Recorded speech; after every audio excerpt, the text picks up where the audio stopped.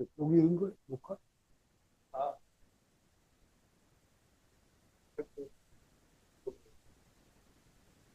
어디서?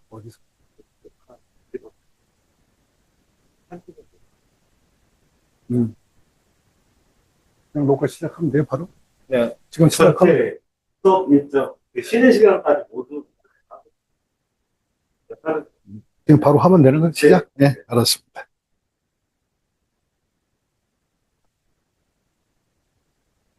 자, 시작하겠습니다. 인사부터 다시 하겠습니다. 안녕하세요. 네, 반갑습니다. 회계 원리 어렵습니다. 하지만 계속 반복하시면 귀에 익을 때까지 열심히 수차적으로 반복이 최고의 공부입니다. 그럼 오늘 금융자산에 대해서 공부할 텐데요. 전번 시간에 조금 설명을 했고. 그럼 금융자산을 공부하기 전에 먼저 우리가 하나 알아둘 게 있습니다. 오늘 프린트를 보면은 자본론이 나와 있어요, 자본. 왜 갑자기 자본을 하게 되냐면, 여기서 용어를 좀 알아야 되기 때문에 자본을 다 하자는 건 아니고, 맥락의 흐름을 잡고 가자는 겁니다.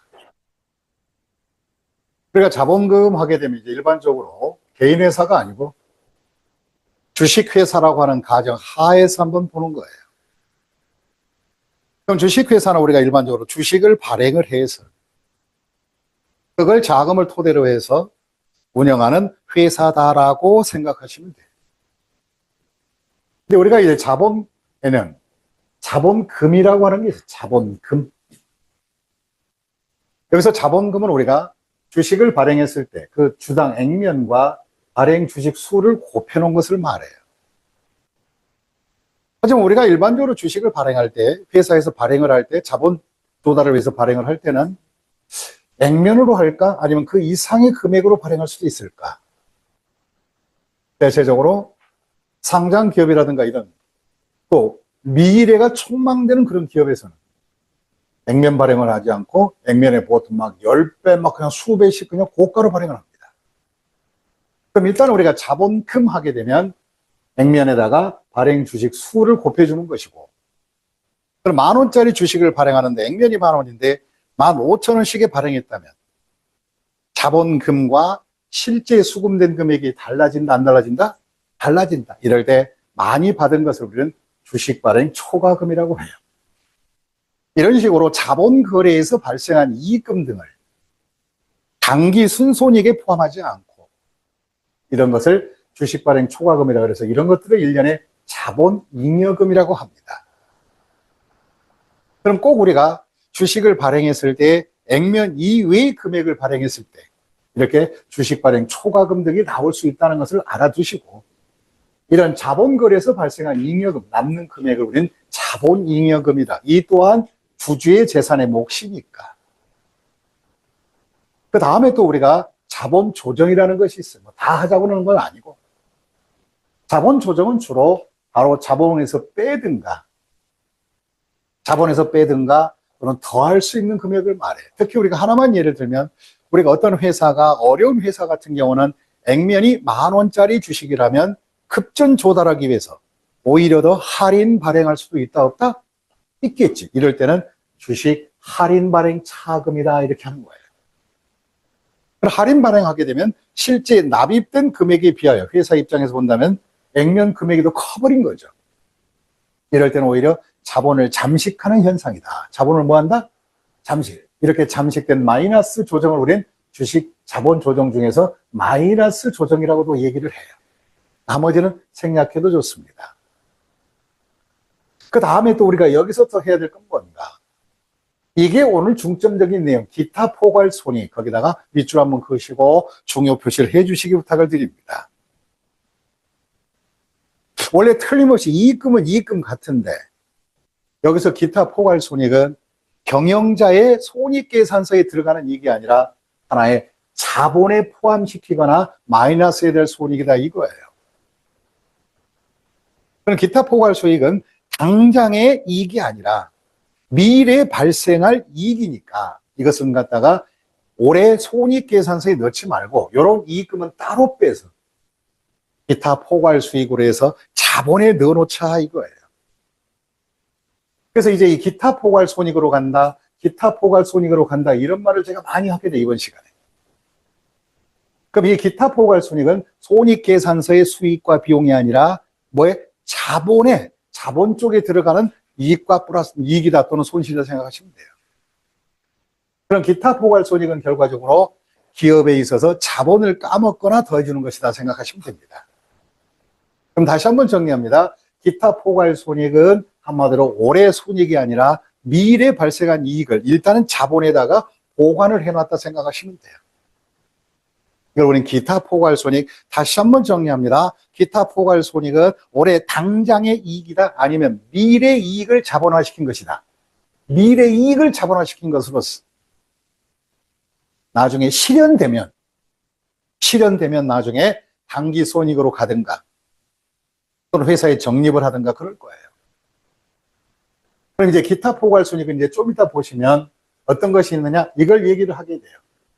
여기에 기타 포괄 손익 공정가치 측정 금융재산. 이거 참 어려운 말이죠.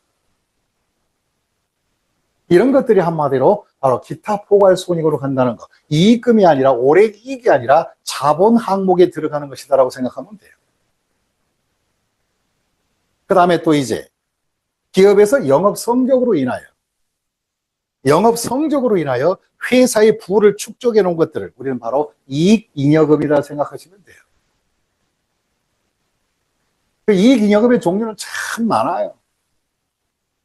회사의 기업의 안전을 위해서 이익금 중에서 강제적으로 상법 규정에 따라 떼놔라 이익준비금이라는 것도 있고 또 이익금의 일부를 자본에 남겨서 감채 적립금 같은 거 하나에 적립을 시켜놓을 수 있고 또 회사 미래 주주들에게 배당을 갖다가 안전하게 주기 위해서 배당 평균 적립금으로 모아놓을 수도 있고 이래서 우리가 이익에서 발생한 것들을 하나의 잉여금으로 자본화 시켜놓은 것 이걸 우리는 이익잉여금이다 이렇게 판단해 주시면 되겠습니다. 근데 이런 것들은 전부 다 발생된 이익금에서 주주총회 결의를 거쳐서 전부 다 어디에 두겠다고 처분이 된 것들이죠. 하지만 우리가 이익잉여금 말고 자본에는 또 미처분 이익잉여금이라는 것이 있어요. 미처분은 뭐냐? 아직 주총회 갔다 안 갔다? 안 간 상태의 당기 순이익을 말하는 거예요. 그리고 주총회 갔더라도 작년에 결정하지 못하고 넘어온 것들 이런 것들을 우리는 뭐라고 하느냐? 한마디로 미처분 이익잉여금이라고 해요. 그럼 이제 여기서 우리가 미처분은 전기에 처분 확정되지 않고 넘어온 금액에다가 올해 당기 순이익을 합쳐놓은 것을 우리는 미처분 이익잉여금이다. 자본의 구조를 한번 약간 이제 양념으로 보는 거예요. 양념. 그럼 이제 우리가 오늘 주제가 뭔가? 바로 여기에서 금융자산을 갖다가 평가를 했을 때 어떤 금융자산은 올해 손익계산서에 넣지 말고 기타 포괄 손익으로 포대기로 쌓아놨다가 나중에 후일에 실제 실현이 됨으로써 그때 가서 손익으로 보든가 적립을 시키든가 하겠다는 것이 기타 포괄 손익이에요. 그러면 이제 기타 포괄 손익은 항상 우리가 명심을 하시자 기타 포괄 손익은 한마디로 이익금과 손실, 수익, 단기 손익에 들어갈 것이 아니라 단기 수익이나 비용이 아니라 뭐예요? 자본화 시켜놨다가 후일을 도모할 것이다. 다시 한번 후일 도모하는 이익을 뭐라고 한다? 기타 포괄 손익. 다시 한번 얘기합니다. 후일을 도모하자 뭐예요? 기타 포괄 손익. 이것을 꼭 좀 염두에 두셔야 이제 하나하나 내용이 이해가 가는 거예요. 이제 하나 배운 게 있습니다. 다른 것은 각설하더라도 기타 포괄 손익은 일단 포대기에 써놨다가 후일을 도모하는 자본이익이다. 다시 한번 후일을 도모하는 뭐예요? 자본이익이다. 여기까지 개념을 정해놓고 출발을 해보는 거예요. 그럼 자본의 구성을 개략적으로 알아봤습니다. 이제 오늘 타이틀이 전번 시간에 잠깐 예를 들었듯이 한마디로 금융자산을 얘기하는 거예요. 금융자산. 금융자산 중에서 다시 한번 밑줄을 긋습니다. 유가증권 거기다 밑줄을 그어주시고 주식이나 사채, 공채 등을 얘기해요. 주사금. 그러니까 이런 금융자산의 특징은 미래의 현금을 수취할 계약상의 권리다. 거기다 밑줄을 그시고 미래의 먼 훗날에 또는 조만간에 현금으로 받아올 수 있는 것들이다. 그러니까 이런 것들은 첫째가 밑에 두 번째 지분 상품과 주식을 샀다든가 뭐 국공채는 큰 의미는 없고 회사채, 사채 등을 이 사채 등을 뭐냐? 채무 상품이라고 하죠. 그럼 여기서 명심하세요. 내가 갖고 있는 주식은 소유하는 주식, 산 거예요. 이런 지분 상품은 배당금 등을 받는 목적이고 나중에 팔아서 이익이 나오겠지만 일단 바로 보유 중에 배당금 등을 받게 되겠죠. 근데 일반 이 지분 상품, 이 주식이란 것들은 우리가 단타 상품이 주로 장타 상품이에요. 장단타 할 수 있겠지만 일반적으로 기업의 모형 자체가 이건 단타하는 것들이 단타죠. 하지만 여기 있는 사채, 이건 해사채 밑줄 한번 그으시고 이 사채는 원금과 이자 수취를 목적으로 하는 거예요. 원금과 이자다. 주식은 한마디로 원금 반환이 안 되는 거예요. 주식은 원금 반환하고 배당을 받든가 아니면 팔아서 돈을 만드는 거 하는 것이지. 이자를 받는 채권은 아니다. 여기까지 해서 전번주에 한번 설명을 했던 걸 잠시 한번 검토해 본 것이고요. 특히 또 인식을 잘 봐야 돼요. 내가 금융자산으로 회계 장부에 기록이 되려면 바로 계약 당사자가 될 때에만 재무상태의 자산으로 표시해요. 계약이 없는 거 아니에요. 계약 관계로 이루어지는 거예요. 계약 관계.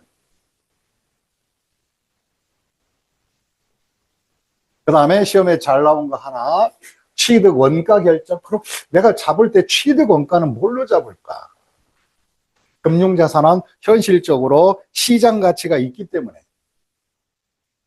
공정가치로 측정하는 걸 원칙으로 한다. 밑줄 한번 그시고 공정가치. 이 공정가치는 거래 비용을 감안하지 않고 오로지 공정시세 가치가 공정가치예요. 그러나 여기서 있는 공정가치와 취득원가는 다른 거예요. 이 공정가치 그대로 샀으면 공정가치가 취득원가가 되는 것이고 그 대신에 공정가치에다가 거래 원가가 추가됐을 때 그럼 공정가치는 100원인데 거래 비용이 5원이 발생했다면 이때 공정가치는 거래 원가를 포함하지 않는 금액이 공정가치고 그 다음에 거래 원가가 5원이 추가됐다면 이것은 바로 합친 금액 얼마? 105원을 취득 원가로 장부에 기록하면 돼요. 그런 시험 볼 때 공정가치를 물어봤을 때는 순선 공정가치 그대로 말하고 그 다음에 취득 원가를 물어봤을 때는 공정가치에다가 바로 뭐냐? 플러스 거래 재비용 합치면 돼요. 그럼 대한민국의 모든 자산의 취득은, 이거 중요한 말입니다. 모든 자산의 취득은 그 취득의 가치가 정해졌으면 그에 관련된 거래 원가는, 비용은 플러스 안 플러스? 플러스해서 원가로 잡는 거예요. 상품을 샀을 때도 상품 금액에다가 운반비 포함하듯이. 그럼 취득 원가를 잡는 방법은 바로 상품 같은 경우는 대가 지급액에다가 거래 비용을 합치면 되겠지만 이런 증권 같은 경우는 공정가치에다가 거래 원가를 합치면 되는 것이 이게 대원칙이라는 거예요. 그런데 말입니다. 예외가 하나 있어요. 예외. 거래 원가를 취득 가격에 포함하지 말고 바로 그해 지출한 연도의 경비로 바로 떨어라. 그것이 바로 PL 자산인 유가증권을 샀을 때 그런 거예요. PL만.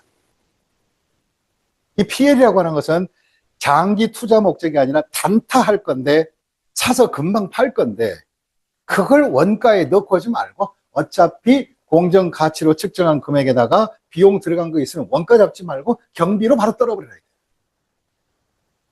장기 투자라면 원가에 포함하겠지만 그래서 이런 단타하는 주식 이런 것들은 바로 한마디로 거래 비용을 단기 비용으로 떨어버려라 이 말. 그럼 다시 한번 정리합니다. 대한민국의 모든 회계에서 자산을 취득할 때 들어가는 거래 원가는 자산의 가치에 포함한다, 안 포함한다? 포함한다. 그러나 금융증권, 금융자산 중에서 단기에 처분하거나 단타하는 것만 이 거래 원가를 자산의 원가에 포함하지 말고 거래 비용으로서 다 떨어버려라. 단기로 갈 거니까. 그래서 공정가치를 좀 희석하면 안 된다 이거죠. 단기 소액으로 처리해. 그럼 이게 무슨 뜻이냐? 이걸 또 알아봐야 돼. 그럼 증권에 투자했을 때 전번 시간에 설명했던 거예요. 다시 한번 강조를 해야 돼. 이거 자꾸 강조 안 하면 또 잊어버리더라고. 우리가 증권, 주식이나 사채 등을 샀을 때는 기업이 어떤 목적으로 샀느냐가 중요한 것이다. 그럼 첫째가 채무상품 밑줄 한번 그어보세요. 사채 이렇게 쓰면 사채를 내가 샀다. 그럼 이런 사채권을 취득했을 때는 원금과 이자 받을 목적으로 사는 거죠. 왜? 원금이라는 만기가 정해져 있으니까 사채는. 그럼 이 사채가 만약에 5년짜리 내가 사채를 샀을 때 이자도 받고 5년짜리 사채를 샀을 때 내가 이걸 어떻게 할 거냐? 그냥 이자 받고 있다가 단기간에 그냥 팔 거야. 이건 단기 투자다. 그러면 그래, 경영자 네가 자금 운용 잘해봐라. 단기간에 할 것이다.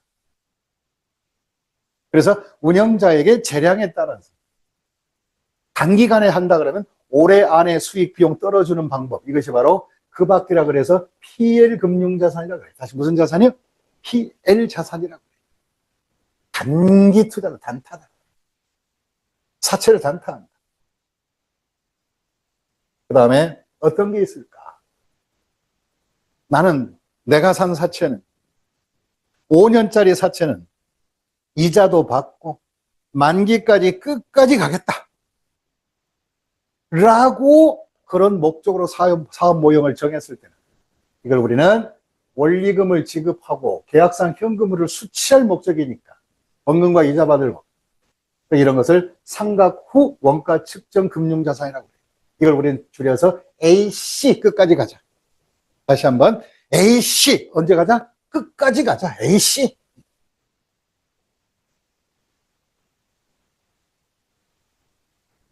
이건 뭐냐? 현재 가치로 평가해서 쭉쭉쭉쭉쭉 이자 받아가면서 가겠다. 이게 끝까지 가는 목적. 물론 팔 수는 있겠지만 끝까지 가보자. 갈 때까지 가보자. AC 자산.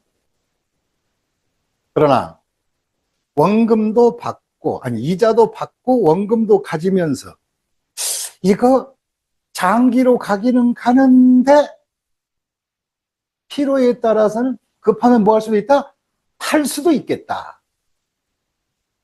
이것이 바로 뭐냐? 바로 OCI 자산이라고 그래요. 그럼 OCI 자산은 보통 5년짜리 사채는 보통 5년 다 갈 수도 있겠지만 한 2, 3년 갖고 있다가 판다 이거지. 이자야 따박따박 오겠지만 그리고 2, 3년 동안 발생한 바로 뭐냐 한마디로 공정가치 상승에 대한 이익금은 이걸 평가이익. 근데 평가이익금은 어떻게 할래? 이 평가이익은 한마디로 당장 팔아서 생긴 이익은 아니니까 자본에 넣었다가 평가이익은 뭐에 넣었다가 자본에 넣었다가 나중에 몰아서 팔 때 정리하겠다. 그래서 아까 자본에 넣는 거 이걸 뭐로 기타 무슨 손익? 포괄손익이 됩니다. 그래서 나온 말이에요. 그래서 한마디로 OCI로 투자할 수도 있다. 다시 뭐로 투자할 수 있다? OCI. 근데 여기서 또 OCI로 가야 맞아. 단타가 아니라면 사채를. OCI로 가야 맞는데 기업의 목적상 야, 이거 OCI로 가야 되는데 경영자가 판단하는 거예요. 이거 아무래도 내년에 긴급 자금이 좀 필요할 것 같다. 또 문제가 좀 있을 거니까 길게 갈 거 아니다. 또 오래 가다 보면 또 손상도 발생할 수 있고 다시 뭐예요? 손상, 손해도 볼 수 있겠고 그럴 때는 원래는 이 자리로 가야 하는데 다시 무슨 자리로? OCI로 처리해야 되는 게 원칙인데 사업 목적상 어떤 불균형을 해소하기 위해서 OCI로 안 가고 그 이외에 PL로 처리하는 사람도 있을까 없을까? 있겠지. 그러면 OCI가 제자리인데 요 밑으로 내려가서 여기로 옮긴 사람은 다시는 마음을 바꿔서 올릴 수 없다는 겁니다. 이해하셨습니까? 한번 결정되면 그대로 밀어라. 꼭 좀 기억해 주시고, 다시 한번 정리합니다. OCI로 가야 되는데, OCI의 금융재산으로 가야 되는데, 그게 싫어서 정책적 목적상 어떤 불합리한 걸 해소하기 위해서 나는 이걸 단기 손익으로 가겠다. 다시 무슨 손익으로? 단기 손익으로 가겠다. 라고 결정을 해서 경영자가 판단을 했다면 이건 다시 다른 곳으로 옮길 수 있다 없다? 없다. 왜? 경영자의 자율성에 따라서 손익을 조작해서는 안 된다 이거예요. 그래서 이런 걸 금지시키기 위해서 한 번 밑으로 내려간 것들 위로 올라갈 수 있다 없다? 없다. 명심해 주시고, 그 다음에 지분 상품을 보겠습니다. 지분 상품 다시 한번 밑줄 그시고, 지분 상품 하게 되면 주식이라 생각하세요. 써봐요. 주식 써 있어도 한 번 더 써봐요.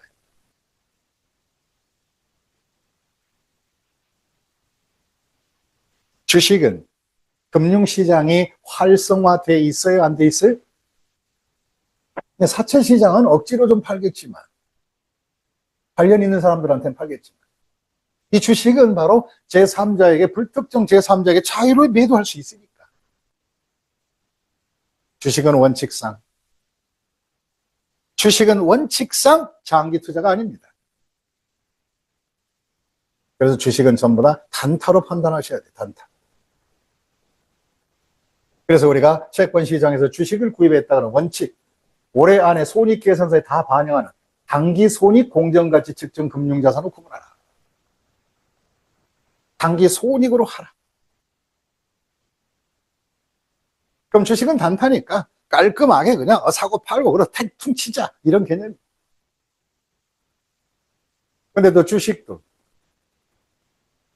경영자의 판단에 따라서 주식은 이걸 우리가 단기 손익으로 가야 원칙인데 여기로 가야 되는데, 야 이거 일반 상장 주식도 아니고 미래 저 회사가 무슨 특별한 기술이 있는 회사인데 그 회사가 발행한 주식을 산 목적이 이거 아무래도 단타하지 말고 장타로 가야 되겠다.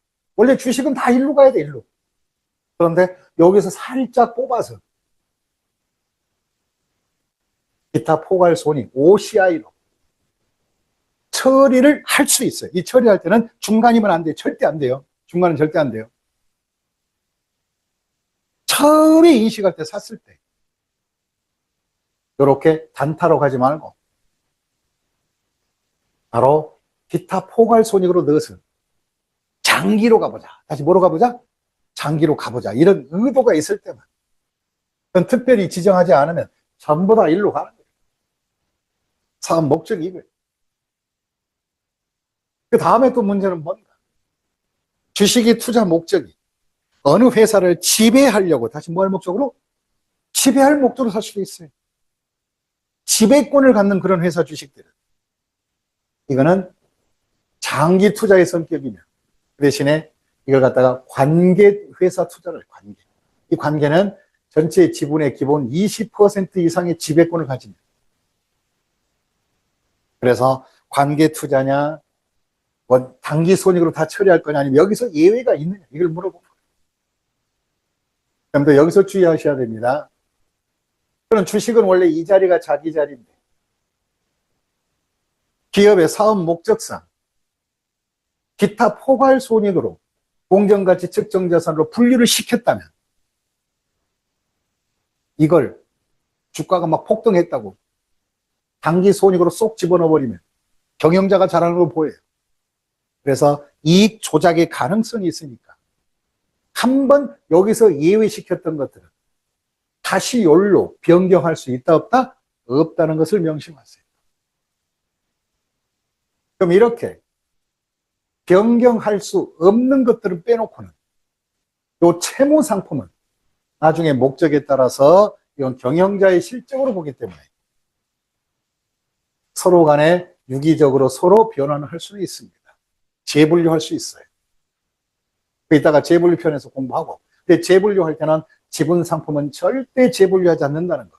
원금과 이자를 받는 것만 재분류해서 상황에서 기업의 실적에 맞춰보겠다는 거예요. 하지만 재분류하더라도 기타 포괄 손익으로 갈 이 사채를 이쪽으로 넣은 것들은 재분류 대상이 된다, 안 된다? 안 된다. 한 번 지정되면 고칠 수 없다. 예외 지정된 것들.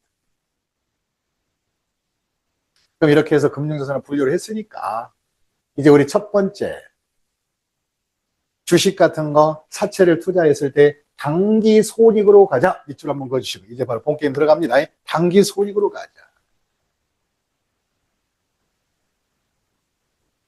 이때 단기 손익은 여기에 발생된 거래 원가나 관련된 이익금이나 배당이나 이런 건 전부 다 그에 받을 당시 따박따박 한마디로 단기의 손익으로 집어넣겠다. 평가 이익이든 처분 이익이든 이자를 받든 배당을 받든 그에 받을 때마다 따박따박 손익계산서 수익비용으로 넣겠다. 그렇게 이자 받으면 수익이 되겠다. 그럼 이 경우에 단기 손익으로 처리한 것들은 단타하기 때문에 대한민국의 모든 자산은 취득을 했을 때 거래 원가는 자산의 원가에 포함하여 장기적으로 가지고 가는데 다만 단기 손익으로 처리해야 될 이런 증권은 거래 원가는 여기 주의하세요. 무슨 비용으로 처리하라? 단기 비용 떨어버려라. 그 뜻인 거예요. 그리고 이걸 갖다가 받고 평가하고 그럴 때 주의할 점은 이자라든가 배당금이 있으니까 그건 좀 잘 처리해 주셔야 돼요. 그러면 바로 이것은 몰라도 좋고 계산을 해보면 알아요. 잠시 후. 예를 들어 보겠습니다. 강변의 주식 만주 주당에 500원짜리 50원을 얘기했습니다. 50원이 하나의 자산이고 그러면 현금 나간 금액은 수수료 5만 원이 들어갔으니까 현금은 대변에 655만 원이 나갈 것이고 여기 이해가시죠? 나갔다. 돈 나갔다. 대변에. 그럼 결과적으로 금융자산을 사왔다는 거지. 만주 650원에 사왔으니까 바로 금융자산 쓰고 여기다 PL 자산이니까 PL 금융자산 쓰시고 650만 원 쓰시면서 원래 이 수수료는 여기 플러스하는 게 원칙인데 단기 손익으로 처리하는 것들은 수수료 비용은 그냥 당의 경비로 떨어서 보내버리라. 거래 원가가 자산의 가치에 플러스가 안 되는 것은 오로지 여기 딱 하나예요. 하나. 여기서만 나와요. 왜? 단기 PL 자산은 그렇게 처리해요. 어찌됐든 이 수수료 비용이나 여기도 플러스 시키든 어차피 다 같이 오래 하는 경비 다 떨어질 거니까. 단기에 떨어질 거니까.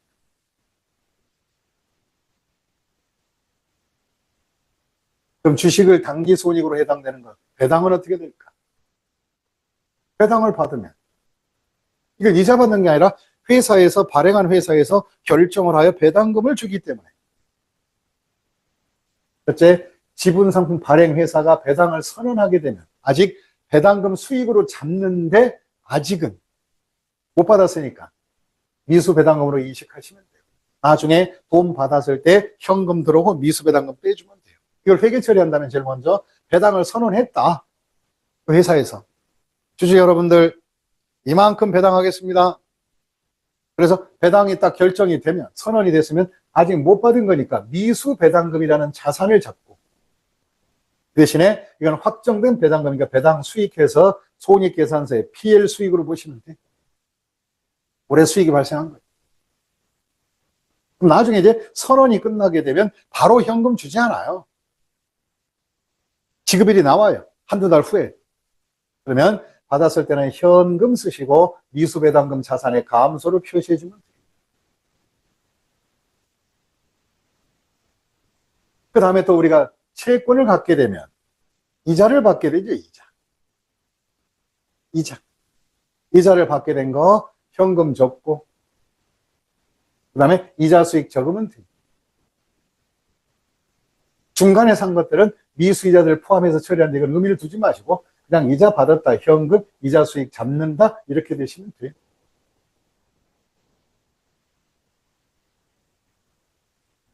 이건 의미 두지 마세요. 이자를 받게 되는 것이다. 그 다음에 이제 뭐가 문제가 되는 건 뭐냐? 평가와 처분에서 나와, 평가와 처분. 그럼 방금 전에 했던 거, 요 미수이자는 왜 이게 나올 거는 잠시 후에 처분에서 나와요. 이자 계산은 평가. 이제 이런 것은 바로 공정가치가 있기 때문에 올해 연말에 가서 평가를 하게 되면 연말에 평가한 그 공정가치가 내년에 기초가격으로 바뀐다는 걸 잊지 마세요. 그래서 당기손익으로 가는데 공정가치로 평가한다 이렇게 보시면 돼요. 그럼 평가는 뭘로 할 것인가? 공정가치 밑줄 그으세요. 공정가치로 평가를 해주시고, 평가입니다. 이건 처분이 아니에요, 아직. 그 다음에 장부 금액과 평가 차이는 바로 금융자산에 대한 평가 손익으로 적어서 여기에 평가된 손익은 단기성의 자산이니까 올해 안에 수익으로 집어넣겠다. 그래서 이제 한번 평가되면 여기 칠판 보시고요. 내가 1,000원에 산 주식이 연말에 가서 기말에 보니까 1,300원으로 공정가치가 올랐다면 이 300원이 평가 이익이 발생한 거예요. 그럼 이제 여기서 1,300원의 공정가치가 전기말의 공정가치가 내년에 기초 장부 가격이 된다는 거 잊지 마세요. 평가 이익을 잡아줬으니까. 그러면 공정가치 나면 연말 공정가치는 내년 연초의 장부 가격이다. 다시 무슨 가격이다? 연초 장부 가격이 되는 것이다. 그 뜻이에요. 그럼 총평가에 손실이 발생했다면 손실에서 금융자산 제거시키고 이익을 봤으면 이렇게 쓰시고 평가 이익 적으시면 돼요. 이런 평가 이익과 손실은 올해 안에 바로 수익과 비용으로 다 그해 처리하는 거예요. 막 몇 년 후에 가서 포괄이익으로 넣었다가 돌리겠다 이런 거 아니에요. 왜? 이건 단타니까 말이에요. 그러면 밑에 한번 보세요. 그리고 우리가 지금까지는 평가를 잠깐 해봤는데 그 공정 가치를 평가한다는 거예요. 그리고 우리가 평가하는 데는 우리가 공정 가치로 우리가 쓰고 있는 시가법이지만 원래 원가법을 주장한 사람도 있고 바로 공정가치법을 적용할 수도 있고 저가법으로 가는 사람도 있어요. 그러면 저가법과 원가법 이런 거 어떻게 차이가 있느냐? 우리는 이게 원칙이죠. 이게 공정가치법. 원가법은 원가 그대로 가자. 취득 원가 그대로 가자. 변화가 있든 평가하지 않겠다. 그 다음에 공정가치는 시가로 조정하겠다. 저가는 뭐냐? 원가와 시가 비교해서 그 중에 무슨 가격? 낮은 거 선택해 가겠다. 이런 것들이.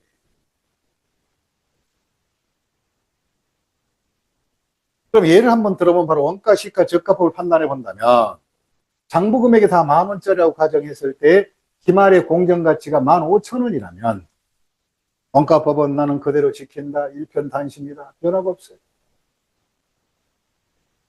그 다음에 시가법은 5,000원 일어났으니까 평가 이익으로 잡자. 현행 회계 기준이지. 이 저가법은 원가와 시가 비교했더니 원가가 낮네 그럼 10,000원 고집하겠다. 이걸 저가법이라고 그래요. 저가법은 우리가 하나의 보수주의 평가다. 다시 무슨 주의? 보수주의 평가다. 그 다음에 7,000원이 됐을 때 뭐가 7,000원이 됐을 때 10,000원짜리가 바로 기말에 7,000원이 됐다면 바로 10,000원짜리로 원가는 그대로 가겠다. 그냥 일편단심이 원가법, 초지일관, 직진이 직진. 시가법은 다시 또 7,000원에서 3,000원 손해를 본다. 손실 표시하겠다. 이 저가법은 바로 10,000원짜리와 7,000원 비교해서 이건 오히려 7,000원이 떨어졌네. 이럴 때는 3,000원 평가 손실 인식하겠다. 가급적인 낮은 가격으로 선택하겠다. 그럼 현행 우리나라 회계 기준은 바로 무슨 가치의 평가다? 공정 가치로 가는 거니까. 근데 혹시 시험 볼 때 이렇게 나올 수 있어요. 우리 회사는 전통적 기업으로서 중소기업이다. 저까지 선택하겠다. 그러면 어떻게 되느냐? 이런 건 물어볼 수는 있어요. 물어볼 수. 근데 혹시 시험 볼 때 현행 회계 기준은 저가법이 원칙이 다 틀려요. 원가법이 원칙이 다 틀려요. 현행 가치가 표시된 보다 공정가치 시가주의 원칙이다. 왜? 그것이 목적 적합한 정보가 되거나 현재 가치로 표시. 현재 가치는 있잖아요. 현행 원가, 가치, 공정 원가. 그다음에 종전에 배웠던 것처럼 사용 가치 뭐 이런 것들. 공정 가치로 해달라 이 말. 그럼 지금부터 평가를 한번 해볼 거예요. 자, 보시고 예제 단기금융자산입니다. PL 자산이에요. PL 잊지 마시고 프로피트 로스, 이익과 손실을 오래 넣자 이거예요.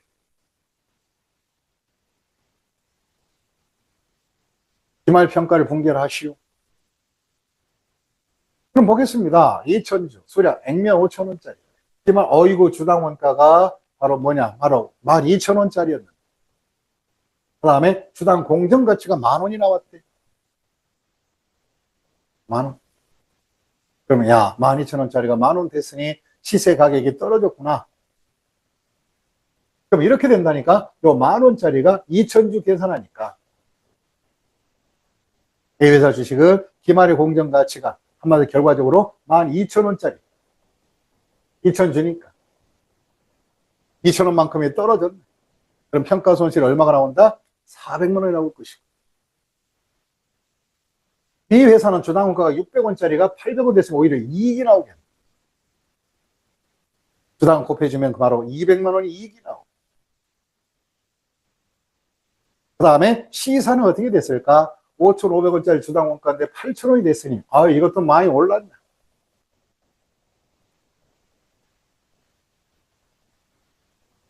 얼마가 올랐어요? 2,500원에 2,000주 하니까 얼마? 500만 원이 평가 이익이 나오게 돼요. 그리고 회계 분계는 어떻게 되냐? 분계할 때는. 원래는 각 주당 계산을 원칙으로 해요. 원칙으로. 평가 이익, 평가 손실 이렇게 몰아주는 거예요. 그럼 이익금 얼마? 700. 그 다음에 손해본 거 400. 근데 또 퉁퉁 방법이 있어요. 퉁퉁 방법. 어차피 회계 결과는 같으니까. 퉁 쳐버리고, 결론은 평가 이익이 얼마다? 300이 있구나. 그러면 이제 금융자산 증가시키고 P라고 쓰시고 금융자산 또는 평가 이익 300 이렇게 쓰시면 돼요.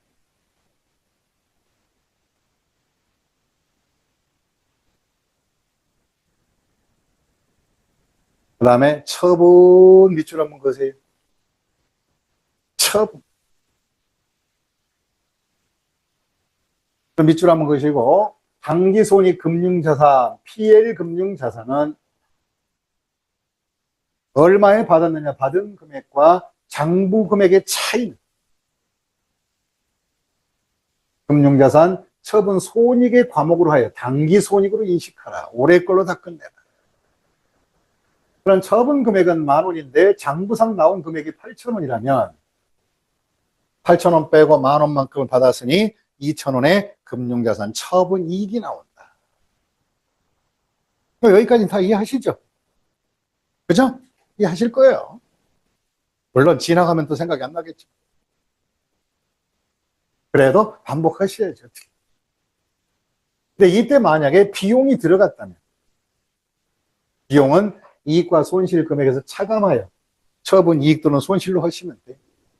그럼 만약에 10,000원 받았는데 8,000원의 이익, 8,000원짜리였다. 그럼 2,000원이 이익 아니냐? 이익 2,000원 나오지 않냐? 근데 만약에 비용이 500원 들어갔다면 현금이 그만큼 줄어들고 500원이 줄고 9,500원이 되고 그다음에 이익도 얼마? 1,500원 이렇게 잡으시면 된다 이 말이에요. 그래서 관계 처분 비용은 이익과 손실 금액에서 제거시키면 된다.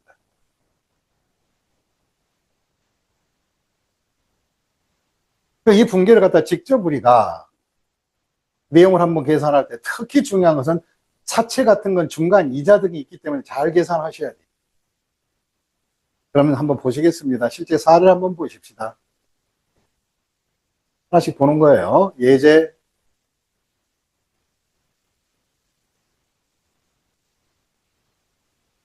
2001년 12월 30일 현재 단기 매매 목적으로 딱 나오잖아요. 그럼 PL 자산이네.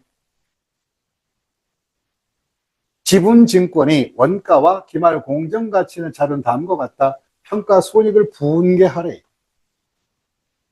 연도별로 다르니까.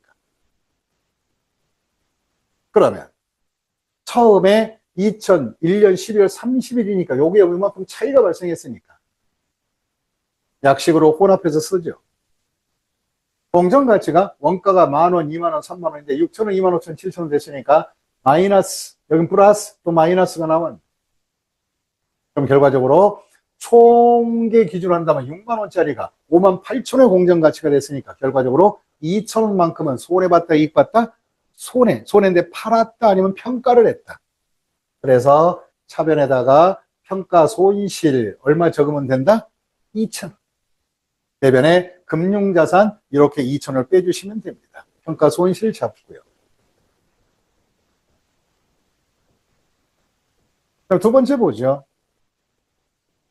2002년 3월에 B회사 주식을 23,000원에 팔았다. 아, 예, 어떻게 됐을까? 23,000원에 팔았으니까 얼마짜리냐?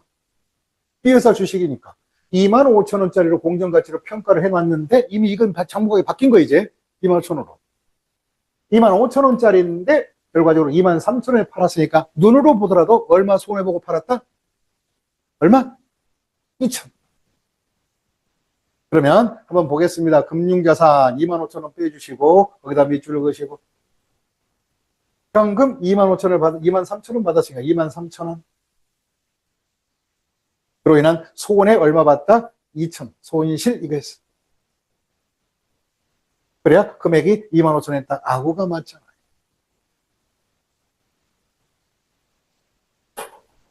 그럼 만약에 이 사람이 3월에 B회사 주식을 팔았으니까 결국은 석 달 정도 갖고 있다가 판 거니까 석 달 기간에 대한 이자는 계산하면 안 돼요. 주식은 이자 받는 게 아니에요. 주식은 이자 받는 게 아니라고요. 배당금 주면 말고 마는 거죠.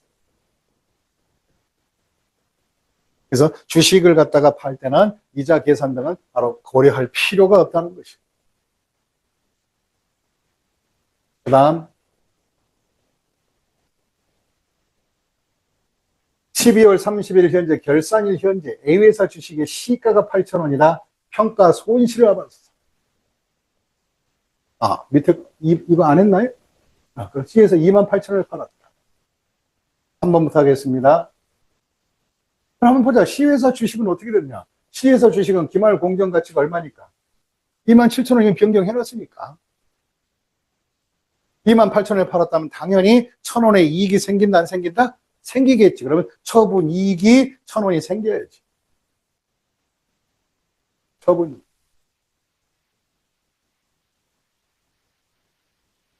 그 다음에 4번에 18,000원으로 평가 손익을 분개하라. 평가 손익. 18,000원. 그러면 이 경우에 얼마짜리였는지 알아봐야 되겠지. 외회사 주식 시가가 시가가 그냥 8,000원이군요. 8,000원이에요. 그러면 작년 기말 현재 1년 말에 있어서 요거 18,000원 됐으니까 여기서 C회사 주식, A회사 주식이 기말의 공정가치가 얼마짜리? 6,000원짜리. 그 1년 말이니까. 그 2년 말로 간다면 요것이 얼마로 변했으니까 8,000원이 됐으니까 올랐다 내렸다? 올랐다. 그럼 평가이익이다. 이건 처분이익이다? 평가이익이지 아직은. 처분하지 않았으니까. 그래서 이렇게 평가이익이 나오게 됩니다. 그럼 이제 잠시 후에 이제 주식이 아니라 채무증권이 사채를 했을 때는 어떻게 될까? 사채는 경과 이자 계산을 잘 해야 돼. 이것만 하고 쉬는 시간 갖도록 하겠습니다. 보세요. 채무증권 밑줄 그어주고 사채구나. 액면이 비록 1,000만 원짜리지만 액면 이자율, 여기서 우리가 단기 PL 재산은 PL 증권은 유효 이자다, 미래 가치다, 현재 가치 막 평가하고 그런 거 아니에요. 왜? 단타할 건데 무슨 과거 가치, 현재 가치가 필요해. 당장 그대로 하면 돼. 그래서 여기서 중요한 것은 항상 채무 증권에 대한 이자는 PL 자산은 액면 이자율로 항상 주고받는 것이다.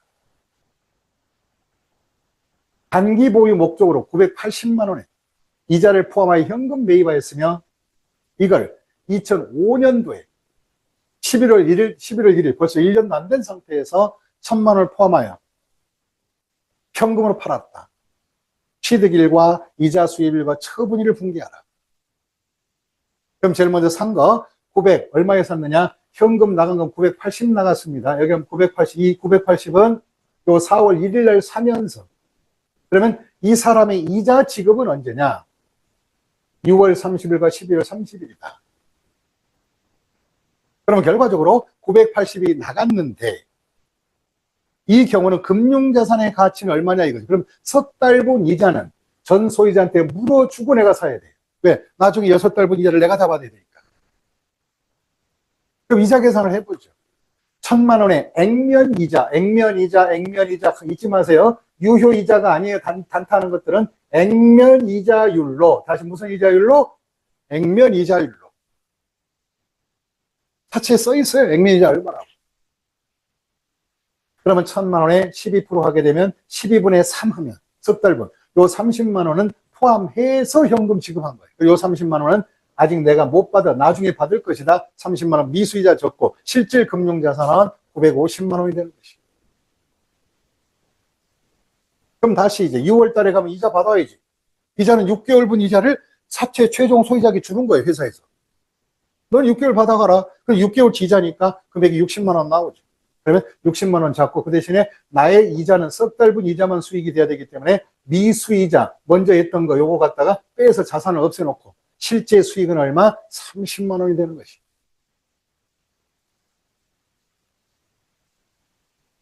그 다음 11월 1일 날 1,000만 원에 팔았대요. 1,000만 원에 판 것은 이자 포함해서 판 거예요. 그럼 나의 금융자산은 원가가 950만 원이니까 빼주시고. 그다음 이자 수익은 몇 달분 받아야 되냐? 11월 1일이니까. 7, 8, 9, 10월 몇 달분 이자. 내가 챙겨와야 돼. 내 사채, 내가 갖고 있는 사채 사간 사람들한테. 그럼 넉 달분 이자는 40만 원이니까 이자 수익 잡고 나머지가 1,000만 원에 팔았다. 금융자산 950에 이자 받은 거 40만 원에다가 나머지는 뭐냐? 한마디로 금융자산 팔아서 생긴 이익. 그래서 처분익 10만 원이 나오게 되는 거예요. 이렇게 해서 우리가 사채를 사고 팔 때는 경과 이자가 들어간다는 거 잊지 마시고 잠시 후에 이제 기타 포괄손익으로 들어가겠습니다. 휴식하세요.